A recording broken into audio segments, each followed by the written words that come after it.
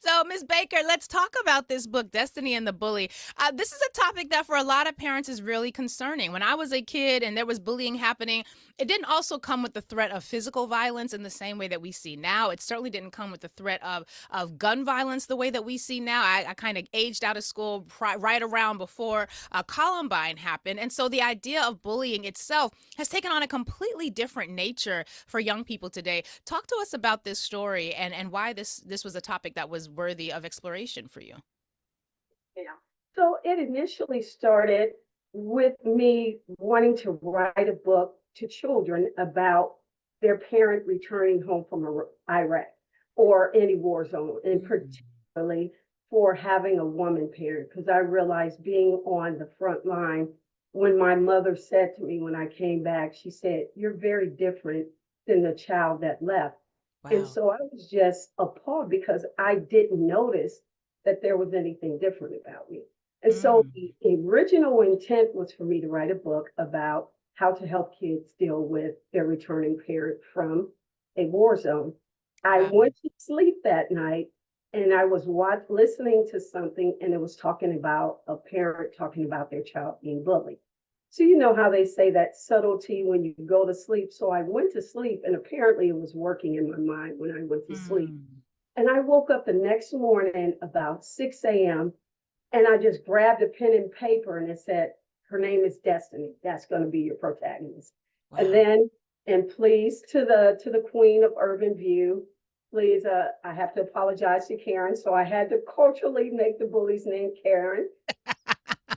I just gotta say, every Karen I know in real life is a black woman. The fact that like that has taken on this whole significance, it's just absolutely hilarious to me. So Karen Hunter, this is not a slight at you, but it is culturally relevant to use the name Karen to describe a character like this. Go ahead, Miss Baker. Oh, Karens. I'm sorry to all the Karens out there ever. When everyone reads the book and they see the bully name is Karen, it's an automatic understanding of who that are, Sure. their children or whether they're the adult. But so I just began to write this book, and it said it would make it more relevant if I did it in rhyme and triplicate. And Mm. also if I kind of gave a minor profile about what typically a bully is. Because generally we just see them trying to work through the problem.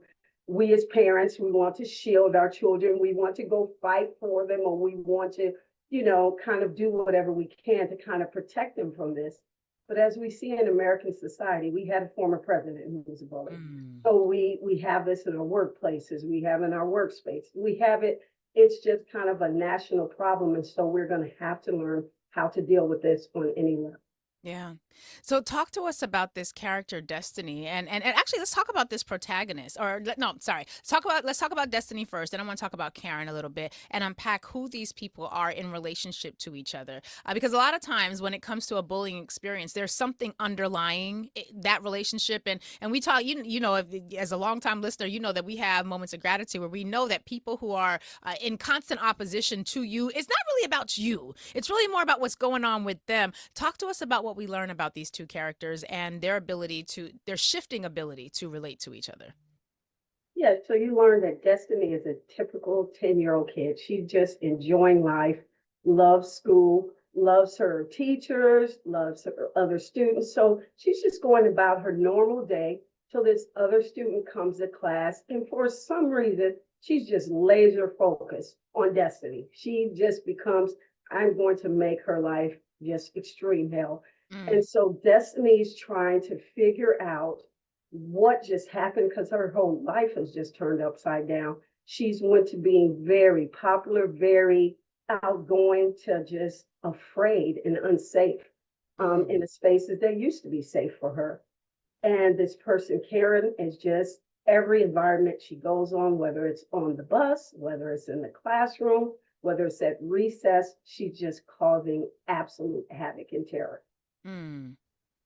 And so that havoc and terror for me, like, because I read it and I had my 10-year-old read it, but I didn't talk to my 10-year-old about what I thought about it until I had my 10-year-old read the book on her own, and then and she talked. One of the things she mentioned was that that's what sucks about bullies is that they're usually everywhere. Not that the bullies are multiplied everywhere, but the bully's energy can be felt everywhere. So whether you are in school at the playground, whether you're in the library, when you're dealing with somebody who is a part of your institution who has zeroed in on you, it can often feel like there is no escape. And for her, one of the things that resonated with her was that this it felt to her like this had previously been a very safe space for Destiny. It felt like Destiny had previously been able to find her footing and was a confident person. And so we were able to talk about the way that this bullying experience just sort of shifted everything for Destiny, where she goes from being this very, fun loving, it seems, little girl to someone who is cowering and someone and it felt like when as I was talking with my Mumu Pie, my daughter, sorry, I call her Mumu Pie.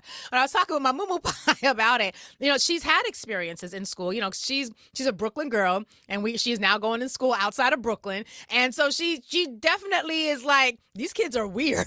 She definitely feels like school, which used to be a space for, not to say that people who go to school outside of Brooklyn are weird folks. It's just that it's a different culture in the suburbs, and my Mumu Pie is I got Brooklyn ass kids, okay? So like they are experiencing things very, very differently, and she related to what it was like to go from seeing school as a space where she could flourish, where she could shine, to seeing school as a place where she sometimes felt like she had to shrink, like she felt like she couldn't be her full self. And for her, one of the challenging things that she had to grapple with was the fact that being bullied was less about her and more about the person doing the bullying. So let's talk about Karen.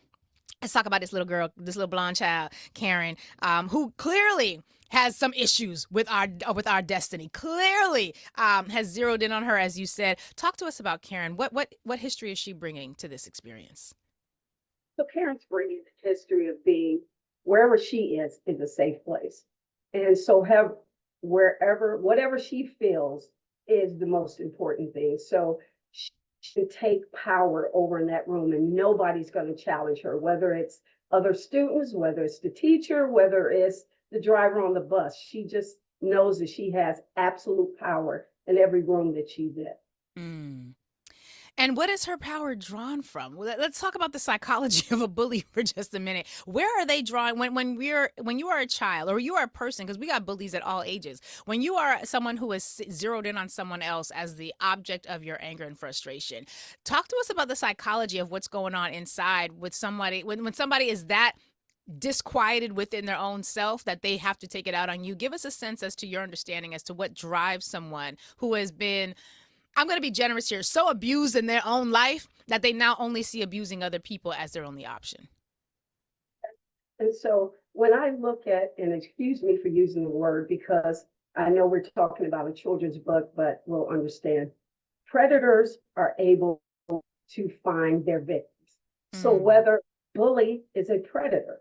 And mm, so they typically look for people that usually that are isolated, that they feel doesn't have any support. With this wasn't Destiny's issue.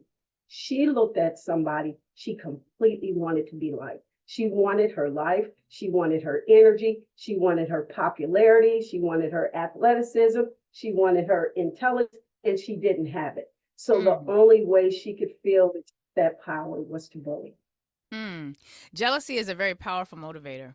It's a very powerful motivator. Now, I'll be honest with you. My child had no sympathy for Karen. My child was very much upset that Karen was able to do everything that Karen was able to do. But the idea that people who act in bullying ways are themselves, and I love that you use the word predator, because I think that while it has come to mean one specific thing, it shows up, that predatory energy shows up in a variety of spaces. There's a jealousy in Karen. There's a you got things that I don't think you deserve and I should have those things in Karen. And we certainly see that, yes, in young people, but we also see that in adults, and we see that in the professional world as well. And when it comes to someone who's driven by not something that is innately wrong with you, but you have the things that they want. When you've got the things that they desire, that can, in a very unhealthy person, cause these sorts of behaviors and actions in ways that then end up spilling out into ways that can be just one very violent, and not that you get necessarily into violence in this story. I'm just extrapolating from this and going into other ways that we've seen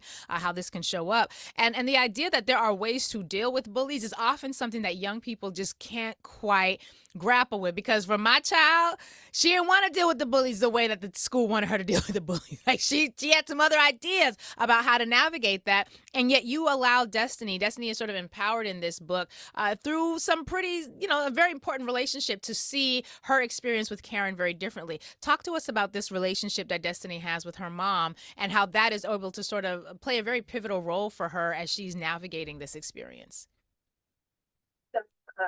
For a particular reason, I just wanted Destiny to be in a single parent home, not anything in particular reflective of anything, but just I wanted for her to be very rooted in her strength with her relationship with her mother. And not that her mother was her friend, but that her mother was very intentional in how she raised her. And her mother was very intentional in what she expected her to do, how she expected her to be, and making her understand what a person like Karen really is, who she is, and how she must stand up to. And Yeah. that was very clear that you have to be able to do this, that I can't do it for you. And I think that in itself was empowering for her. Yeah. Can we talk about empathy for a minute, Ms. Baker? The role of, I don't want to ever empathize with the bullies. I want to punch a bully in the face. Like, I mean, kids don't use hands. I'm just saying. That's what Miss Lurie wants to do it, because I know his kids driving in the car with their parents on the West Coast of school. But when it comes to bullies, I physically want to fight. I want to use my words. I want to use whatever I can. And I don't want to use empathy. I don't want to see what the world is like from the perspective of the bully. I want to punch the bully in the face. If we keep it at 100, the righteous version of me would say, well, the best thing to do would be to have an introspective. No, I want to punch the bully in the face. But there's such a powerful lesson about empathy in this story. Help us to unpack it. I'm not the best one to unpack that story, because I'm not the most empathetic of people when it comes to a bully, but I was able to see how powerful empathy really can be. Give us a sense as to what role that emotion and that that level of emotional intelligence plays in helping Destiny to sort of navigate this experience. So in which she finally was able to get the courage, Destiny, to come home and tell her mother what she had dealing with about school. Her mother very intentionally laid out that people like Karen have very sad lives. They have very different things, and you don't know what's going on behind the scenes. So she kind of walks her through these very different things about what may be going on, what she may see, how she may perceive Destiny. And so just her bringing it to her in that way, it set, kind of gave her butterflies in the stomach. And that night when she laid down and went to sleep and was having dreams and thinking about it, she had kind of had a variety of emotions, but only we know what's going to happen, what she's going to do once she wakes up and she has to go and deal with this girl. The next, she always has to do everything. Yeah, yeah. Now there's a question, or not a question, but a comment in Nubia that says, if you bully a bully, is that considering bullying? Because that feels like it should be on the table. Feels like it should be on the table. If we bullying bullies who, after we have extended empathy, Ms. Baker, after we done all the things that we need to do, they still bullying. Can we bully the bully? Can we organize to bully the bully? Would that be okay in your view? I think that is absolutely correct, because that is called standing up for yourself, advocating for your own self. So if you notice with most bullies, like one of the things, when the shoe is on the other foot, they're very powerless, right? So you look at in domestic situations where men may do it to women, but if a man steps on their foot or a man bumps into it, oh, sorry, brother, Right. sorry about it, right? So it's always about the situation in which they feel they have the power, control, the physical strength, or the whatever to kind of subdue that person. They don't bully everyone, so that tells you they're Right. very selective in who they pick to bully. That's right. That's right. The book is beautifully illustrated by Olamide Ojo. I hope I'm saying that correctly. Give us just a sense as to what it was like for you, because this is your first book. Give us a sense as to what it was like to go to sleep at night thinking you had a story in one direction, wake up with a completely different scenario, different set of characters and ideas and design, and then to actually now see it in print. Give us a sense as to what that journey was like, collaborating with your illustrator, who again did a phenomenal job. You can tell this is a little black girl with natural hair. She got twisties, like it's beautiful. Give us a sense as to what that journey was like, particularly keeping in mind that we have a lot of new authors in the audience. We have a lot of people who have a book in their heart, a lesson in their heart that they want to get out, but they haven't yet done so. Give us a sense as to what that journey was like for you. This happened during COVID because I'm an eternal nerd. I love school. I would just go to school for the sake of taking underwater basket weave. Sounds That's like a just black woman. right. So during COVID, I was like, I started taking some classes. Shout out to Texas Southern University at HBU. So I was thinking about writing, and I said, well, if I'm going to write, I probably should take some classes so I can kind of understand the whole Mm. theoretical approach to writing. So I took some classes, and I took specifically classes on children writing. And so they give you some resources. And it's a site called Upwork, where it's aspiring illustrators, editors, people who design your book covers. And so they're wanting to use your idea as an opportunity to display their illustrations or do their book covering. So you go on there and you kind of negotiate. You get to set the contract, how much you're going to pay them, how often. And before everything is done with the book, every time they submit something to you, nothing is paid until you approve it. This gentleman was just so talented. I Mm. just said, I want, the mother and daughter to be African American, natural, and I want them to be, a certain complexion. And I just said, go. Mm. And when he created them, I was just like, oh my God. So then he asked me to send him, the actual text for the book. And I just gave him the text for each page, and he designed everything without any direction from me. So that tells you how extremely Yeah. talented he was. It was a very easy process just because I had went through those classes and I had all of those resources because they give you so many resources to kind of help you as an author determine if you want to do the self-publishing route or if you want to do the traditional. So I would recommend to anybody that you go ahead and take those classes because it'll be a great help to you as you're becoming to be an author. And I heard the process of how everybody says it so long, it's so, cumbersome, and you have writer's block. And I was like, oh my God, I must be a fraud because I wrote this book in like an hour. Mm. You wrote the poetry of the book in an hour? Yes, Because I don't think we've even talked about that. The way that you did mention it briefly, but every page is in 3-line rhyme. There's a technical term for that. I can't remember it at the moment. You may know. There's like a term for it to describe, but the whole book is in prose, and it's beautifully written, and each of the lines obviously feed into the other, but it's very powerfully done. So no, you're not a fraud. This was your time.